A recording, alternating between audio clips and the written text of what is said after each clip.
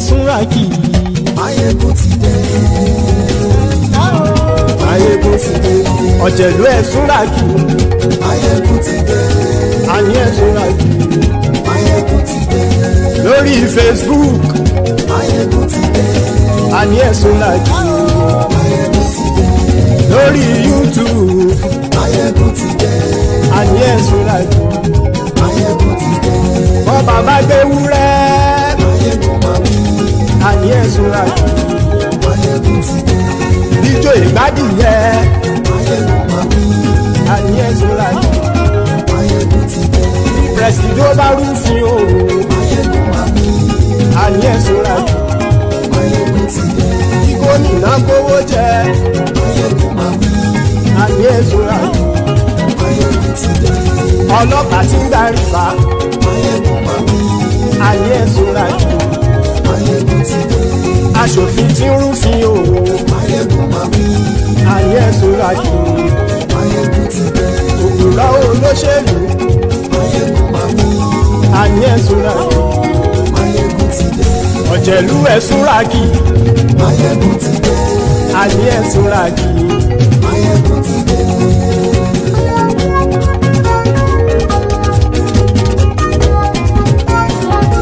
Maiyegun ti dé. Gbogbo ọ̀jẹ̀lú ẹ̀ súnra kì í. Maiyegun ti dé. Gbogbo ọ̀jẹ̀lú ẹ̀ súnra kì í.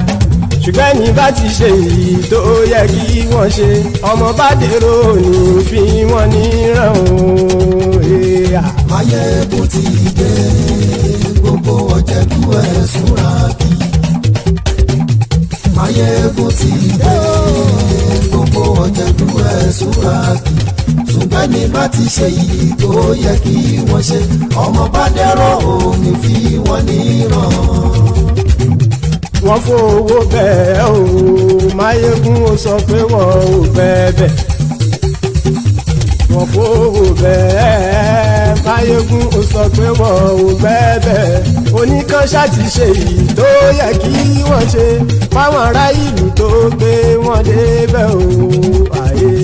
Maiyegun ti dé. Gbogbo ọ̀jẹ̀lú ẹ̀ súnra kì í. Maiyegun ti dé. Gbogbo ọ̀jẹ̀lú ẹ̀ súnra kì í. Ṣùgbọ́n ní bá ti ṣe yìí tó yẹ kí wọ́n ṣe, ọmọ bá dẹ̀rọ̀ ò ní fi wọ́n níran. Ha! Kì máa yí ṣe eré, ọ̀rọ̀ yìí kì í ṣe ẹ̀fẹ̀. Kì máa yí ṣe eré, ọ̀rọ̀ yìí kì í ṣe ẹ̀fẹ̀. Ẹni bá ti lè lẹ́bọ̀ lẹ́rù o, ọmọ bá dèrò Kàṣàyè tú wọn síta. Maiyegun ti dé. Gbogbo ọ̀jẹ̀lú ẹ̀ súnra kì í. Maiyegun ti dé. Gbogbo ọ̀jẹ̀lú ẹ̀ súnra kì í.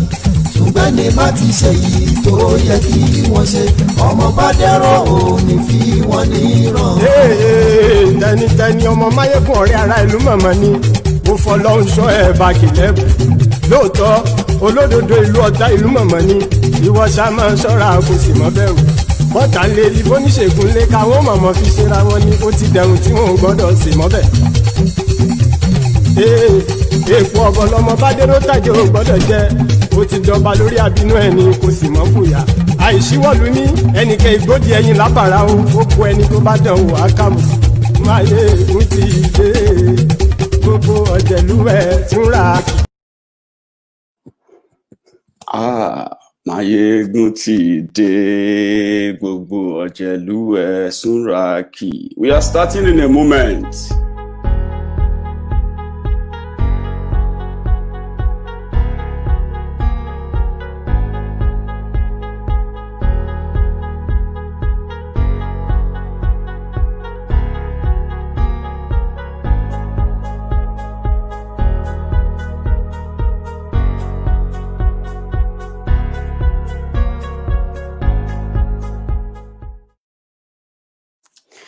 Good morning, and welcome to Maiyegun's Diary, Sunday sermon. You know the one we always have that we just say it the way it is. You know what I mean? The one we speak just directly to the conscious, or let me say to the consciousness of those who choose to live in denial, those who choose to actually deny, in fact, not just living in denial, they are existing in denial of the, you know, of the criminality, of the criminals they call leaders in Nigeria. I like using those phrases for them because that is who they are, criminals. But because they have laws, empty fake laws in that constitution of theirs that allows them to get away with all crime, even against the country. So then we have citizens who chose how they react to their own different thieves in Nigeria. And that is why we are where we are. When politicians use religion, when they use tribe, when they use their economic status, or let me say their influence to hoodwink, deceive, and then manipulate the gullible ones. It doesn't matter if they are educated. Once you are gullible, you are gullible. As they say, you are as dumb as what you know nothing about. Because what you don't know, you don't know. It doesn't matter if you are educated. As long as you are a dumb bird, you will always be a dumb bird, readily available to be used by all these career destiny killers called politicians in Nigeria. They steal, they loot, they kill, they jail, and at the end of the day, they flaunt all this barbarity before us and dare you to dare them, so to say, or stop them. They say, dare, stop us. We dare you to stop us. So politicians are stealing, they are looting to secure the future that they will never see. You see, when you see an average moron who is a politician in Nigeria, he believes that, including those who actually support him or her, they believe that it is an opportunity for them to get their own cut from the national cake, which all of you can only watch from far, but can never touch. So they say they are securing the future for their children. They're not securing any future for Nigeria. There is no future for Nigeria. And the politicians in Nigeria know that. But you, defending them, standing up for them every election, at every given opportunity, defending, and standing up for criminals who gives no damn about you. So that's why I want to talk about their death today. I want to talk about their death that will still come. And I want to remind them that they are not different from those who are dying from the hands of terrorists currently in Nigeria. There are thousands who are dead. They are dead because your thieving politicians prefer to share the money that should be used to reduce poverty, to reduce crime, and to end terrorism, because they are the terrorists themselves. So they steal this money, send their children abroad for education, buy themselves properties abroad for their children, annex every landed property that is of the government or of Nigerian people, annex them to theirs, and then make them their own. They build themselves houses they will not live, mansions they will not live the moment they are gone, or to secure the future that they will not exist in. There's a saying that in this life, if you want to succeed, you should be ready to feature in the future you want to feature in. It is better to get involved in the future you want to feature in. Politicians are building fake future for their children, and at the end of the day, the whole country is in mess. And here we are. The consequences of those actions, the neglect, the abandonment of the people for years is now catching up. You've got the poverty capital of the world. That is Nigeria, the poverty capital of the world in 5 years. The terrorist, the most dangerous place to live on earth in the world. On earth, in fact, on earth. Nigeria. The terrorist capital of the world right now is Nigeria. The only country in the world that rehabilitates and then pay terrorists, where terrorists graduate anywhere in the world, it is only in Nigeria. That's what they have done. Now, people are being killed, including those of them who claim to be elites. They are being killed. The consequences is catching up on everybody, including the health sector. Look at the health sector. Over the years, your politicians have always paid lip services, including the lifeless Bokwari and his APC, Egbekegbe. Many of you were told back then that it was unheard of that the giant of Africa, Nigeria, of 200 million people, has no one single working, reliable, functional hospital in the whole country. I know that will shock you. Maiyegun, you can't say that now. There are private hospitals because there are private hospitals, yes. But the private hospitals, are they for you? They are not for you. Even their general hospital is not for you. You know it. And everybody is now just making do with wherever they can get their hands on, or better still, raise money on social media and go to India. Or where else do you normally go to? Is it India? And where? I think India is more popular. For those of you who are on medical tourism, the rich ones are going to America because they have their doctors there. The rich politicians are going to the UK because they have their doctors there. Even Bokwari, his doctors, his medical record, his medical history, everything, you cannot find it in any hospital in Nigeria. Nowhere. Abba Kyari that died, you will never find his medical record in any hospital in Nigeria.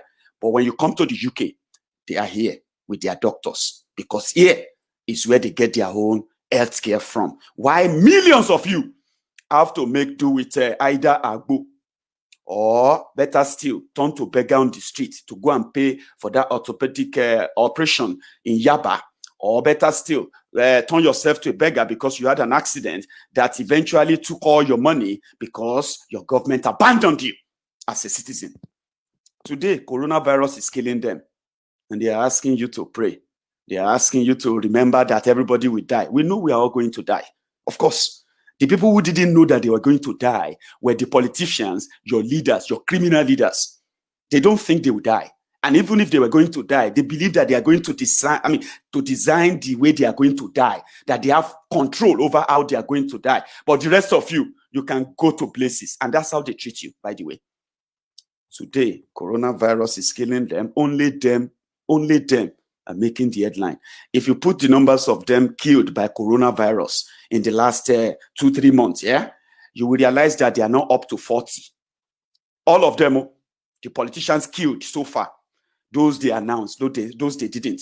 All of them, the elite, who are also keeping seed lips in the face of this barbaric misgovernance in the country. The rich people, they are dying too because they've shut the airspace in Nigeria. They can't fly out again. They have to make do with whatever is there in that country, and they are ready to pay anything to get well. But rather than get well, they are dying like piece of. But that's just on the side. They are not up to 20, not even 40. If you count how many of them who are dead, they have told us now they are not up to 20. Abi? Meanwhile, in their coronavirus report, the one they always publish like Baba Ijebu results every 11 p.m. at night, they wait for you to go to bed before they tell you about coronavirus. That is why today, an average Nigeria believes that coronavirus is not in Nigeria. And if there is coronavirus in Nigeria, definitely it is only affecting the rich people who love to travel everywhere, because that's what it is. They wait for you to go to bed. 11 p.m., 12 a.m. in the morning, they will post the result of COVID-19. Over 300 people have died. Though. According to them, we know that thousands have died. But Nigeria is a useless country where no reliable data can be found anywhere, right? Thousands have died. Now, every night they release it like a live score or like a Baba Ijebu result. Nobody reads them. But over 300 people have died, according to their report. But they only told us about, their newspapers only told us about these criminals. One of them just died yesterday. Today, many people are jumping up on social media. Obasanjo shouldn't have said that. Obasanjo said will die. Even Maiyegun will die. We are all going to die. But guess what? When they are here, we face them. When they are dead, we will still talk about them. We will not change the story. I know that man that died yesterday, Buruji Kashamu, Eshojinodu. You should go back to 2014, 2015, 2016, 2017, 2018. Go and look at some of my videos. You will know more about Buruji Kashamu. I have done a lot expose on him as well. He is from my state, Ogun State. And I'll give you a bit of a background. In 2010, not even 2010, I think let's take it a bit far back, because it was Obasanjo who went to Benin Republic to go and see Kereku. Kereku was their president in Benin Republic back then, and I think it was 2005 or thereabout. Kereku had a drug baron who is a Nigerian, who is helping their economy by using their country, Benin Republic, as a transit hub for drugs to Europe. For years, he's been there. In fact, he is more or less like, he is as powerful as their president in Benin Republic, Buruji Kashamu. So when they deal on drugs, right, they convert the money and import cars into Nigeria, invest money into into hotel business, luxury car business, and few other things to cover up the drug business they were doing. Buruji Kashamu is more popular as a drug baron in Yoruba land, and in fact, he is known as Eshojinodu. He was never involved in politics, and he stayed away completely from Nigeria throughout his own operation in Benin Republic. Right? It was in 2004, 2005 when Obasanjo, as president of Nigeria, traveled to Benin Republic or wherever that was, and he met Kereku. It was then that the Kereku, the president, told Obasanjo that we have a Nigerian in this country. He is doing so well for us. His name is, God knows whatever name he was bearing in Benin Republic at the time. And he's doing so well. Are you with me? He was doing so well with us, and he can be of help. He even said he's from your area in Nigeria. He said he's from Ogun State. That was how Obasanjo met Buruji Kashamu for the first time officially as president of Nigeria. And it was Obasanjo who invited Buruji Kashamu to come back home. Why don't you come back home? Come and join our politics back home now. At least you will be able to do a lot for your people too. That was how Buruji Kashamu came back. And when Buruji Kashamu came back, Gbenga Daniel was doing his second term as a governor of Ogun State. So it was the same Obasanjo who took Buruji Kashamu to meet Gbenga Daniel, the governor, and said, this is Buruji Kashamu. He is from Ijebu-Igbo. All that period, his drug case, his drug baron, and all of that stuff, where they know it was in the open, but they needed this money.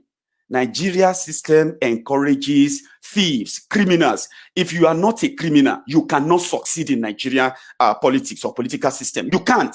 You must be a criminal, a career one, a heavy one.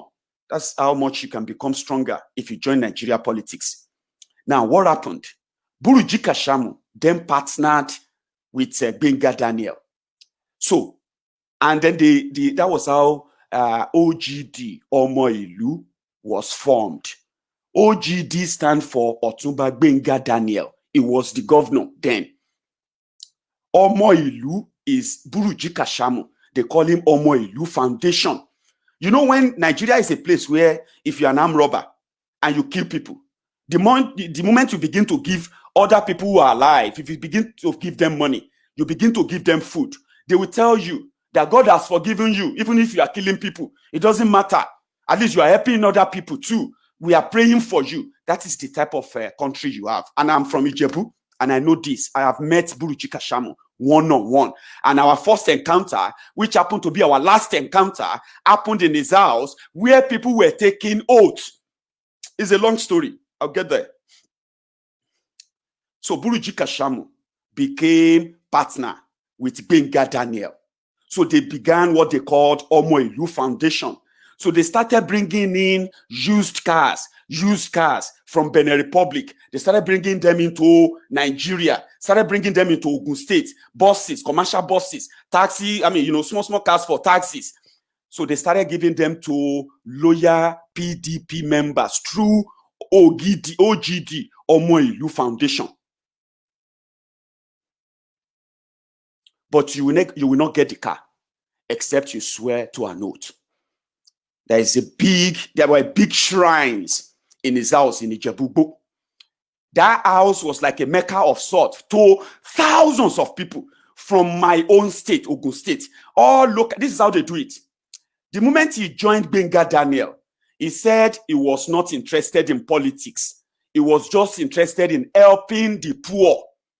That is another word for trying to clean his money and bring it to Nigeria so that he will have a better clearance to bring in those drug money, illicit funds, money laundering funds, and every other criminal activity they are involved in by saying, I am a philanthropist. I'm going to help the poor. So who is going to stop him when he's already a partner with the governor of his state? And he was introduced to the governor by the president of the country. So he was already cleared of any investigation, of any probe, of anything. He is as good to go. And that was what happened. But Buruji Kashamu was smart. I have to give that to him. He knew that Nigeria politicians can use you and dump you, rubbish you. So Buruji Kashamu, who has been running away from America, he's been running away from America for years. He knew the law. He's been working with so many crooked lawyers in the past across the world. So he knew Nigerian politicians. He knew what Obasanjo wanted.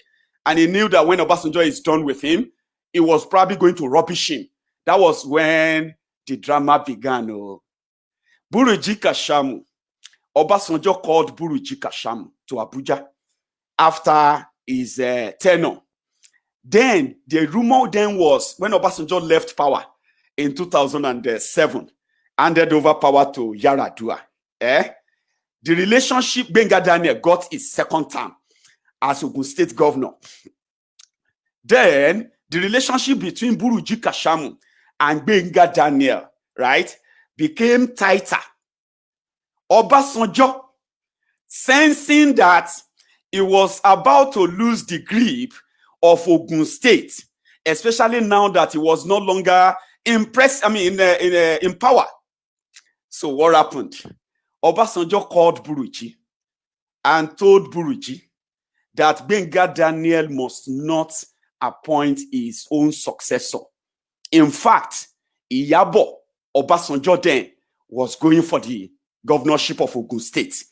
Meanwhile, Iyabo Obasanjo was made a commissioner under Benga Daniel when Obasanjo was president. Now, Iyabo in 2007 got elected to become a senator for Ogun Central as Obasanjo's daughter. Then Iyabo was probably being prepped to take over from Benga Daniel.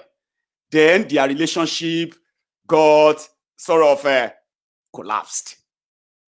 Buruji Kashamu, by then, is gained notoriety across the 20 local government of Ogun State.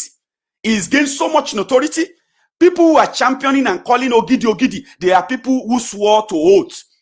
The oath they swear to in his house, like I was there, I went there. Trust me, I was there. And that was what led to an argument. He asked me, who the hell is your father? Who the hell are you? Why do you think you can talk and talk? Where do you come from? Those were the questions. I'll say them to you in Yoruba. And this is what happened. Then, as a young person, one of the deluded young Nigerians then, believing that once we supported the right person into power, it doesn't matter the political party. Once they have the will and the wish that they want to fix our problem as a young person. So I had a youth organization at the time, and we were to meet House of Representative candidate who happened to be a PDP candidate at the time. So they said he's inviting us to a meeting. in Ijebu. When we got there, it was Buruji Kashamu's house. When we got there, we started talking. From nowhere, I just busted out. Like, you see, all these old people, you guys can't win any election. The people who do the job are the youth. We are the one who always do this. Blah, blah, blah, blah, blah. Buruji just said, Omotani wo ton sọ̀rọ̀ yẹn. Kí lorúkọ ẹ? I was like, orúkọ mi Badero Olushola. It's like, you speaking there, you talking. What is your name? Who are you? And I was like, well, I'm Sheyi Badero. I'm from Odogbolu local government. And I'm also from Ijebu Igbo, the Ijebu North local government as well. And it was like, where do you think you are?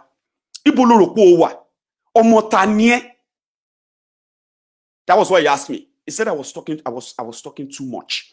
I was just yapping, blabbing, and all that. And I was just, just expressing myself. That was the first time. And the last time I had an encounter with Buruji Kashamu. So I know him one-on-one like this. One-on-one.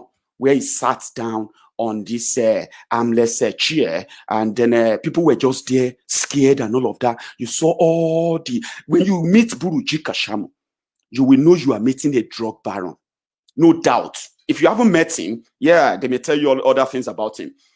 In his house, they had shrine. And I saw them with my eyes. People were swearing to oath, swearing, cursing their own children, cursing their own lives because of 25,000 naira they are giving to them. I was there. But my friends who were with me that day, they were like, my Badero, you don't miss you here. Look around you. If you then see me, then carry you for here now. We know if you save you, more will leave.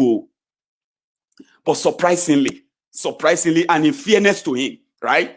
After blasting me, like I was talking, no respect, no nothing. The next thing he said, Joshua, you see that young man, you're Joseph, mo fẹ́ kó pe ọmọ yẹn kí wá tiẹ̀ jọ ní conversation. It will be of very good help to your campaign. Speak to him. In Yoruba, Adewale Joshua was sitting beside him. And he said, Shori ọmọ tó dúró yẹn, ọmọ tó ń sọ̀rọ̀ yẹn, ọmọ nǹkan yẹn, ló ti yẹ pé kò mọ̀rọ̀ sọ. But mo fẹ́ local government tell ló ti wá o, mo fẹ́ kó pè. He's one of the guys tó yẹ pé kò mú mọ́ra kò bá sọ̀rọ̀. That was what he said.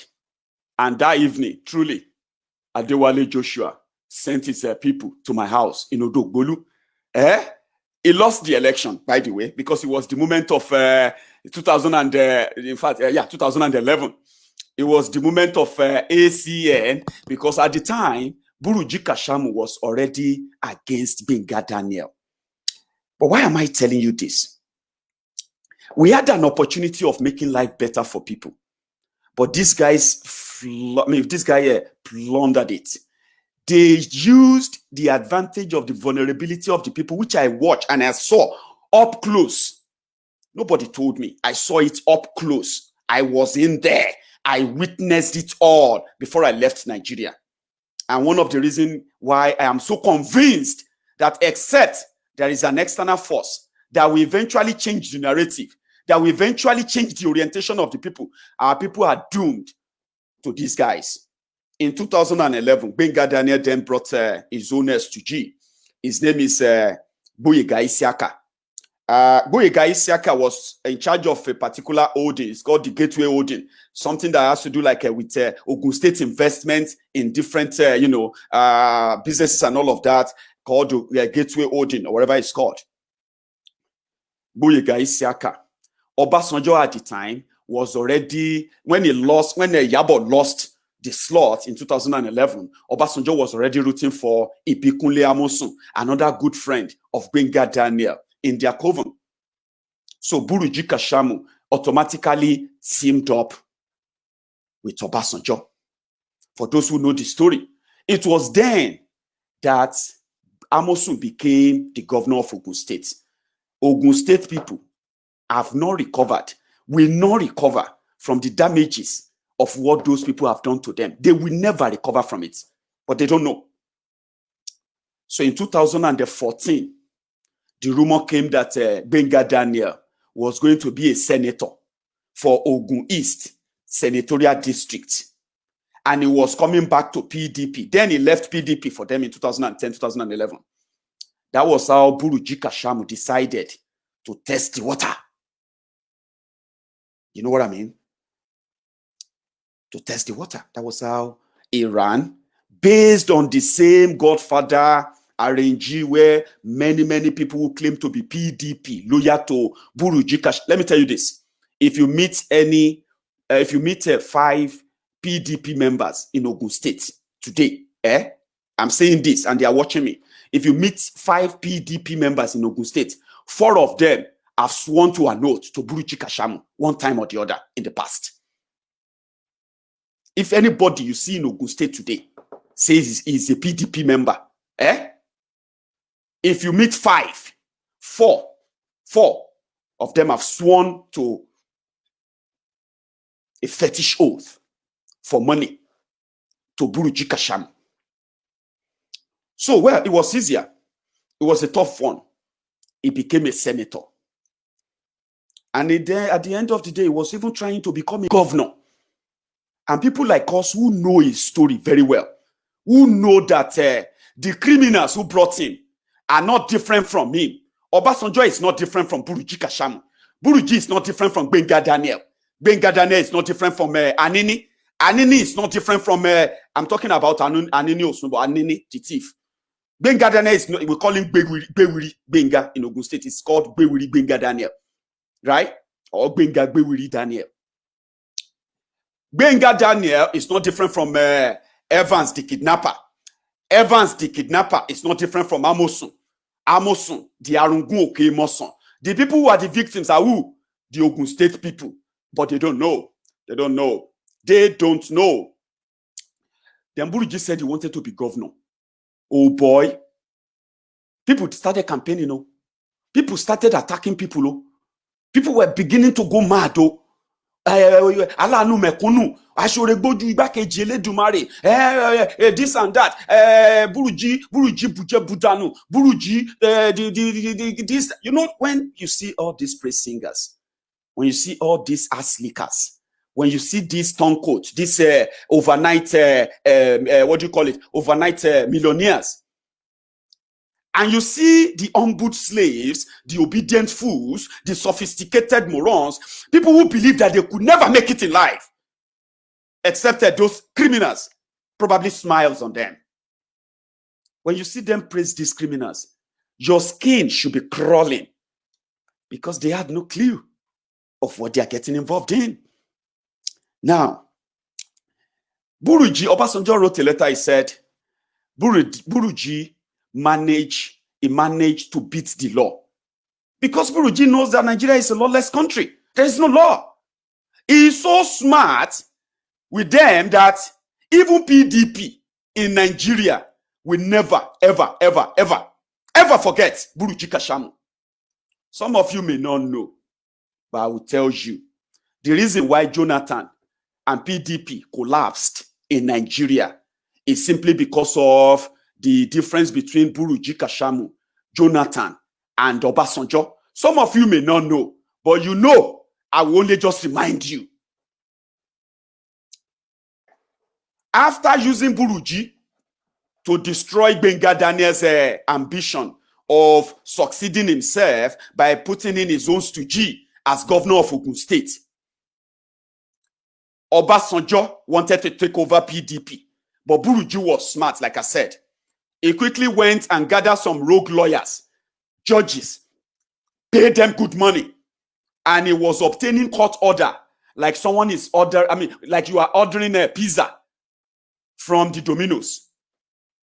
Court judgment became 5 naira per copy because Buruji Kashamu ensured of that. As they are trying to do something here, as powerful as they claim to be, including Obasanjo, including Jonathan, including all the PDP criminals, Buruji Kashamu always hold them in their scrotum. He hold their korokpon all the time. You know what he does? Before you know it, and he knows how to do it so well. He has the money. He's a drug baron. He knows how this whole society can react. He knows how to make the poor people react. And he knows how to use the media fantastically well. You know what Buruji was doing? As they are doing their meeting, as usual, they call it nocturnal meeting. As they are doing their meeting, anywhere, once Buruji gets to know about the meeting, Buruji will quickly call his lawyers. He will call his paid judges. We are coming to court this evening, 7 p.m. We need a judgment. That judgment says any decision they make inside that meeting they are doing in Rivers State is not binding. This one are the only one. So by the time they finish the meeting, the news say court just gave order. How can court give order in 7 p.m., 6 p.m. a day? Give order on Saturday. Buruji Kashamu ensured of that. And guess what? Those who claim to be powerful, owners of Nigeria, they couldn't shift. They even tried to extradite him. You remember when the NDLA went to his house? And they broke his door, broke everywhere. They wanted to arrest him and send him to America. It was Obasanjo's work. It didn't work. As the NDLA were downstairs, breaking door, doing everything, a criminal, Buruji, he built his own suit in his house. It is all bulletproof. You can bomb everywhere. You can do anything. He no go enter. He knows what he's doing. If Buruji is running away in his car, once he enters his house and he gets into his room and he locks the door, Baba, even if you have to bomb the entire house, the entire buildings in the whole area, his own house will stand. There his room will stand. As they were breaking door downstairs, Buruji Kashamu, lawyers, they are in court. NDLA still there downstairs. When court judgment don't come, say, really, no, try him. We are going to arrest NDLA boss if he disobey this court order. Quick, they withdraw them. Buruji returned back to the Senate gallantly. And that's it.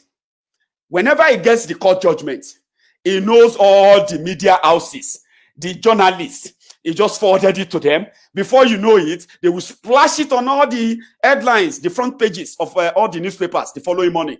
Before you know it, all those who are planning anything, they will say, again, okay, let's call peace meeting.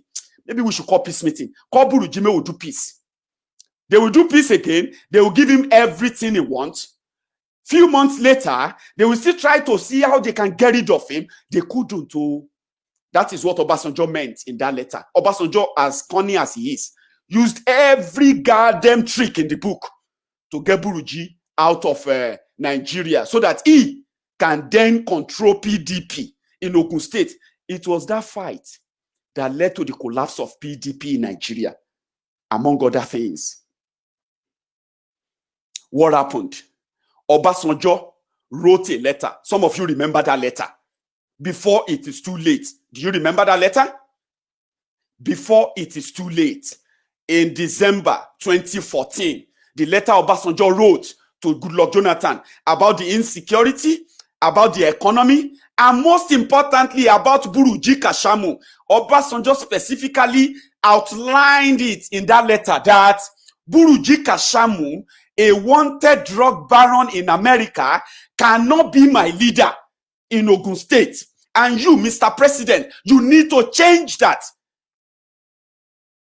Jonathan needed Buruji's money. Jonathan needed Buruji's crowd. Buruji is presented as someone who has millions of people that follows him during election. And that was a lie. It's an absolute lie. There are people who go to him to beg for money. He also has his own talk, like every other politician, that they pay to disrupt election, rig election in their favor. He pays INEC officials, like other criminal politicians in Nigeria, to manipulate election results. That's what he does. He has no millions of people anywhere. No millions of people. There is no millions of people anywhere. But yes, Jonathan believed that. They call him the mobilizer. When Jonathan was appointing those who are going to lead his campaign for Southwest, he gave the coordinator to Buruji Kashamu. They say Buruji Kashamu is the mobilizer for Southwest. That infuriated Obasanjo. And Obasanjo wrote a letter to Jonathan before it is too late. Then it became too late. Obasanjo had to go and endorse a terrorist, Buhari, to be your president in order to spite Jonathan and PDP. Obasanjo publicly tore his own PDP membership card, but it was smart. It was a bit, it was smart or clever. Let me say it was clever by half. He didn't tear the membership card himself.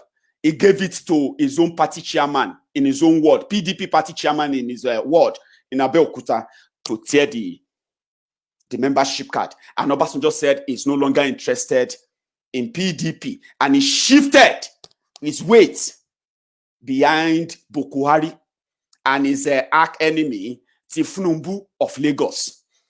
Tifnumbu, that is now abusing Obasanjo, that's who they were. They've always been abusing themselves, but they became friends because of a terrorist they want to make president. Buhari, Mumumadu, Buhari, the breeding mannequin inside Aso Rock right now. I need to remind you of these stories. You know why? The same way I speak about all the ones living now, and the same way I'm going to remind you some of the things that you won't remember when they finally probably kick the bucket,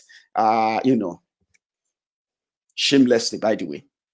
I will remind you, it is important so that you will know that if we say cut them here, cut them out. What we are saying is that if you don't cut that emotional attachment now, right? The emotional attachment you have with them, as well as their own criminal tendencies, will ruin you one way or the other. If it does physically, you are lucky. But if it does economically and then indirectly, the one you can't really ascribe to anybody and say, this is the reason why I'm poor. Why am I poor? Why is it that it's so difficult for me to get things done, even though I have all the capacity to be who I want to be? But this country is so messed up. Why am I poor?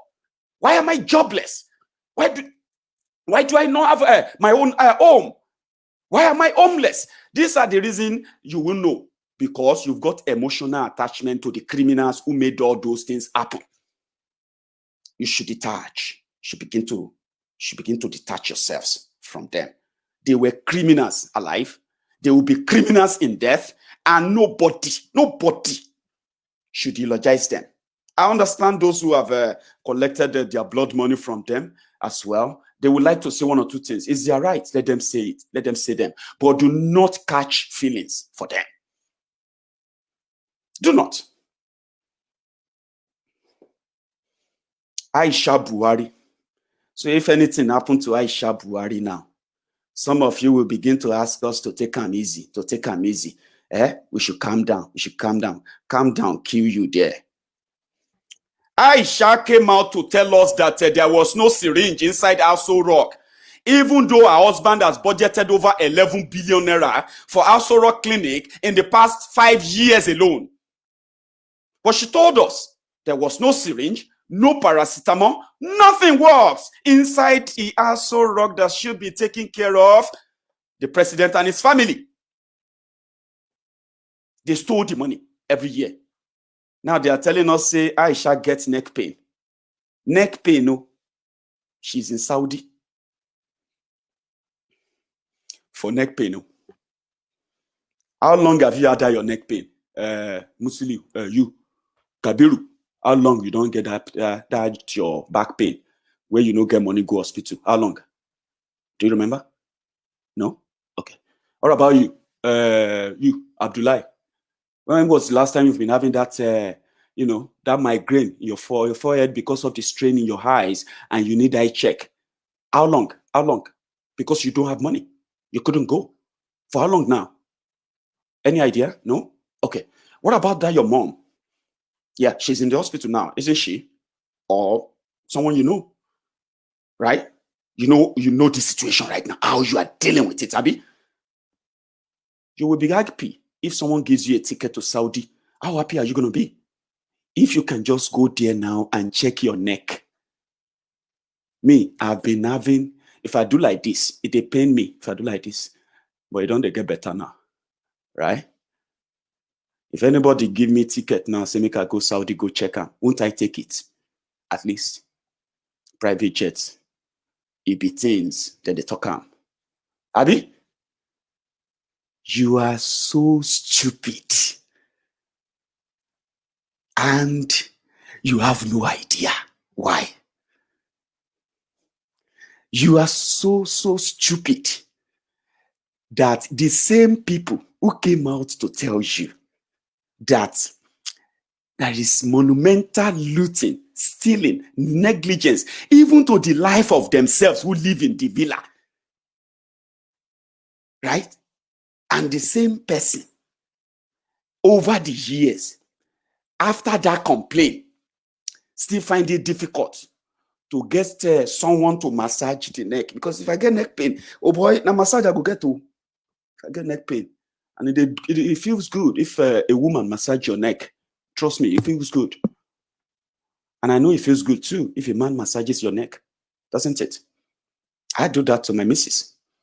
I do that, yeah, when I want to. Though it takes a lot of begging to get me to do it, but it's fun. She loves it.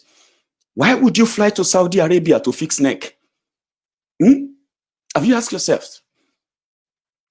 When her husband gets ear problem, when that hair block that year, you remember? That time where people were shouting, that time where Buhari just coming, and people will be shouting every morning.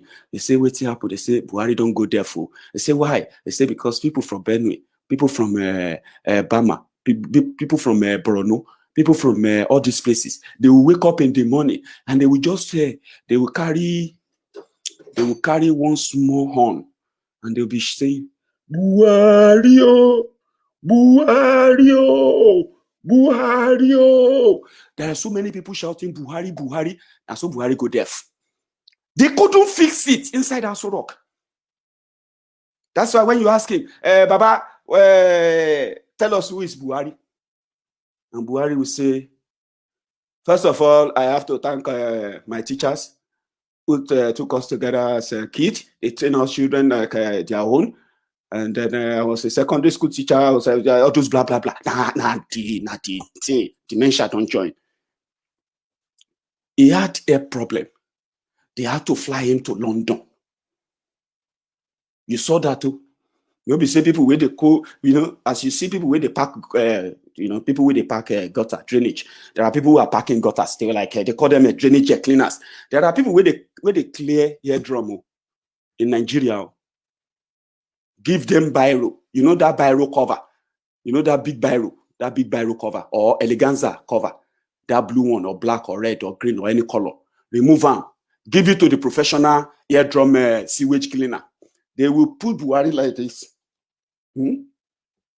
Put light inside them. They go remove the log. But they didn't do it too. They brought him to London to come and fix their problem. Now Aisha don't get neck problem. They don't fly him to go Saudi.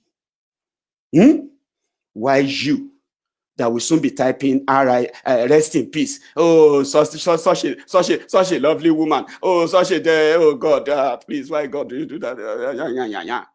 That you begin to tell yourselves that we should be human. She's a very she's this and that, and start asking us to join your pity party. Ask yourself now. Neck pain. Now Saudi they treat them because they don't give a damn about you. She was all over the place, right? Telling us about how 2 men were ruling Nigeria and all of that. And you where are the men in Nigeria? Come here and fight for your country. Oh boy, we don't know saying a scam. Well, I knew was a scam. I knew. Now 2 of those men don't die. Still, I shall not get money by neck massager inside Aso Rock, even though they don't pay the budget already. They've paid the budget. They don't get money to buy neck massager. Amazon. You can buy it for Amazon. 60 pounds. Even if they want to change the 60 pounds to 600 or 600,000 pounds, at least buy neck massager. The money they inside budget. But no, they flew out to Saudi because they are not honest. How can you go to Saudi for neck pain? They don't care. That is my point. They don't care. 3 powerful words. They don't care. It doesn't matter of what. Look at the Jaga bandit, the Jaga Wiri, the Jaga, the senior brother to Aregbe Mugbana, Aregbe Mukoko of Oshun. Jaga Bandit, Jaga Wiri, Tifnumbu of Lagos. He is talking about a do election. He is talking about a dictator in Edo. He is talking about someone losing his grip over how to take care of the people. But the Siwes old Jaga idiot is overseeing and supervising the ruins of a once beautiful city, a once beautiful state, before the before the Janjaweed APC, Egbekegbe AC, ACN, and the rest of them that they represented, ruined it. 22 years. You cannot find any drinking water in Lagos anywhere. You cannot find pipe-borne water run into the people's houses in Lagos anywhere. You cannot see any functional or 24-hour electricity anywhere in Lagos. Their roads are death traps. They are complaining of spending long hours in the traffic. It has become their tradition, even though they still remain unboot slaves to the slave master, Tifnumbu Jaga Wiri, Jaga Bandit of Lagos. He is talking about dictatorship in Edo, but he ignored the genocide in southern Kaduna. He ignored the looting spree and discovery going on in their own APC, Egbekegbe, right now. He ignored all of that. But he is a moral preacher. He wants to teach you how a Democrat should think. He wants to teach you how, in a democracy, how it should be done. The Olofo, Arugun Oli Omo Ali, Tinubu in Lagos. We can see what he's doing with Lagos. Even though we know that if Lagosians are not unboot slaves to him, I believe that that narrative that he controls everybody should have been what? Should have been killed by now. But it seems to be very okay with it, including their elite, the unboot, obedient slaves of Lagos State. Now, their slave master has opinion about democracy. And we know what is going on in Lagos State, where thugs will come after you and stop you from exercising your own franchise, exercising your own freedom of choice. They will come after you in the name of their godfather, kill, maim, and destroy. That is the criminal who want to teach you about democracy in Edo. And you idiot will listen to him, won't you? Because they know you. No apology. They are killing people in southern Kaduna. You will never hear that from them. If you will hear anything at all from them, they will tell you the president is doing everything. We should pray to God to stop all this because they cannot speak the truth. But wait, let Boko Haram leave that power. You will begin to hear the likes of Tifnumbu. You will begin to hear the likes of Tunde Bakari, Tunde Bakarun. Just call him Tunde Bakarun. He call himself a pastor. You will begin to hear from other grown-up miscreants with education and small money, right? They call themselves the human rights activists and all of that. But because they are those, as they said those who are protesters of yesterday, those who are champions of human rights of yesterday are today's government in power. So we no longer have protesters. We no longer have, enough people to stand up against the government because those who were standing against government are now the government. And they have used every means to kill any opposition, including those citizens who are angry and upset about the way the country is being run. But look at them, the elite. They love to speak grammar. They will come back. Wait for them. They are the criminals who agree that political campaigns should continue, but schools should not open. Political campaigns can continue, but churches cannot open. Mosques cannot open. But you see, all this double standard is why Nigeria is a fucked up place in the first place. They won't speak out. They will keep mute. They will keep quiet. The brazen looting and criminal stealing of all the commonwealth of the people that they claim to come and protect is being frittered away, and they will say nothing except it involves politics, except it involves APC, except it involves them to continue the further pillaging, the further pilfering, the further looting and stealing of whatever they can see or spot in sight. They'll sell anything if it will turn to money. Nigeria is sold for scrap to China. They are collecting the money, bit by bit. And you are letting them. because you let them drive the narrative. But no more, not anymore. They are buying future that they are not going to feature in. They are stealing your own future to build the future they believe they are building for their children. And they are not going to be there. Even their children will not live that future. They will not live in that future. Because the consequences of what they have done will catch up. If coronavirus or any other diseases they are battling with right now, if those don't kill them, eventually Nigerians will kill them. Eventually. Because it will get to a point where everyone will be like, oh yeah, that's it. Enough. We are done. Enough. And none of their own paid army will stop you when that time comes. And that is why we'll continue to say it. They are not building any future for you. They are building a fake future for their children. Meanwhile, their children will not live in that future because everything will be lost. Yes.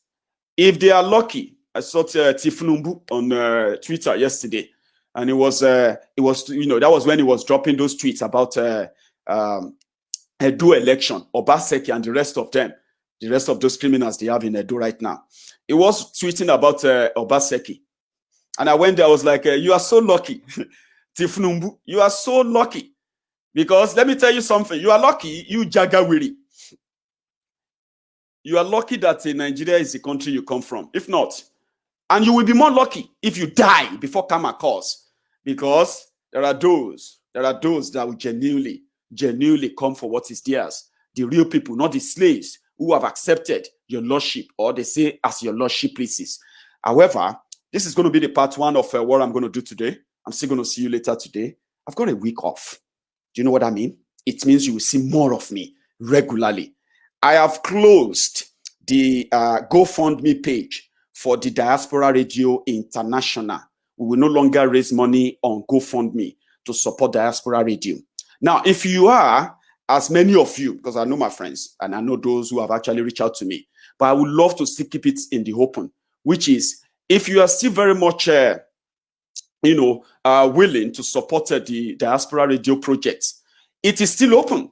This time around, it is now a legalized, opened company in the UK, meaning whatever you do with us is on record.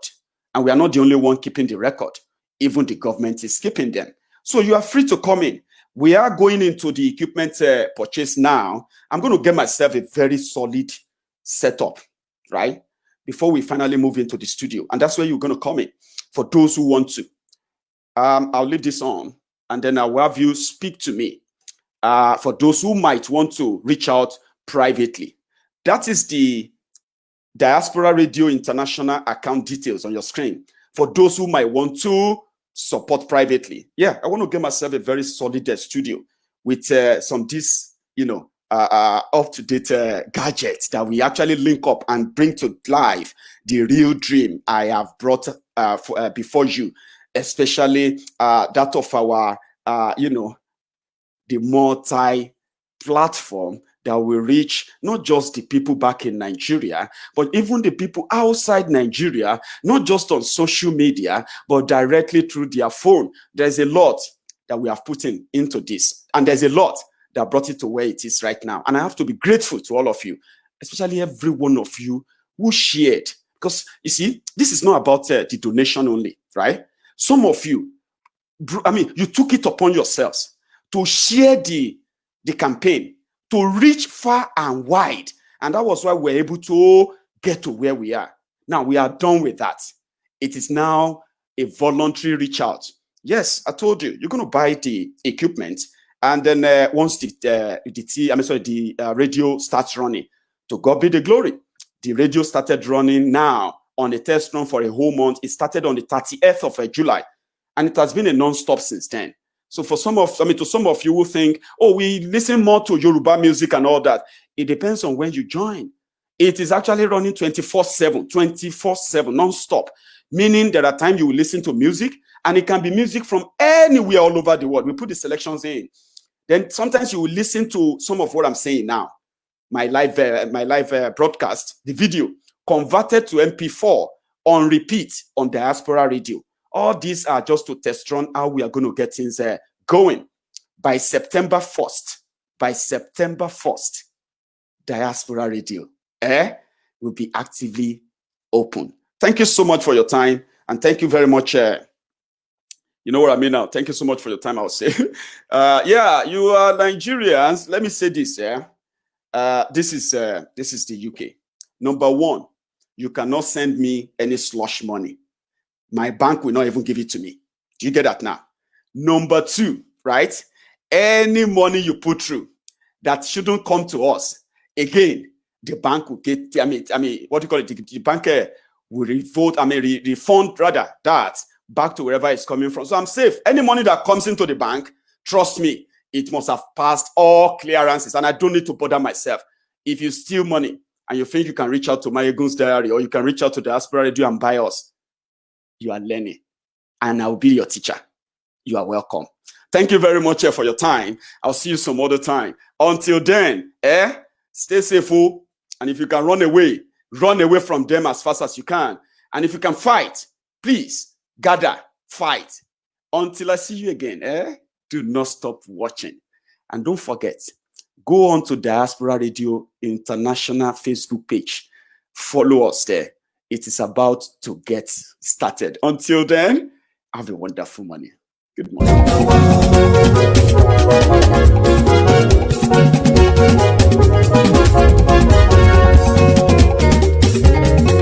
Àní ẹ̀sùnra kì í. Maiyegun ti dé. Maiyegun ti dé. Ọ̀jẹ̀lú ẹ̀sùnra kì í. Maiyegun ti dé. Àní ẹ̀sùnra kì í. Maiyegun ti dé. Lórí Facebook. Maiyegun ti dé. Àní ẹ̀sùnra kì í. Maiyegun ti dé. Lórí YouTube. Maiyegun ti dé. Àní ẹ̀sùnra kì í. Maiyegun ti dé. Bọ́ bàbá gbé wúrẹ́. Maiyegun máa wí. Àní ẹ̀sùnra kì í.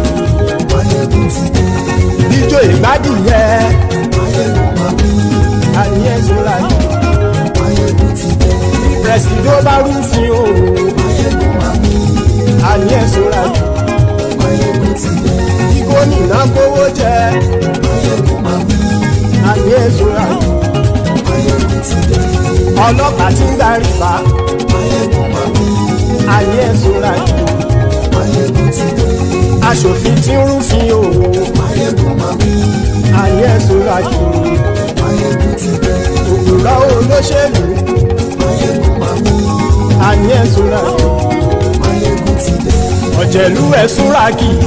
Maiyegun ti dé. Àní ẹ̀sùnra kì í. Maiyegun ti dé.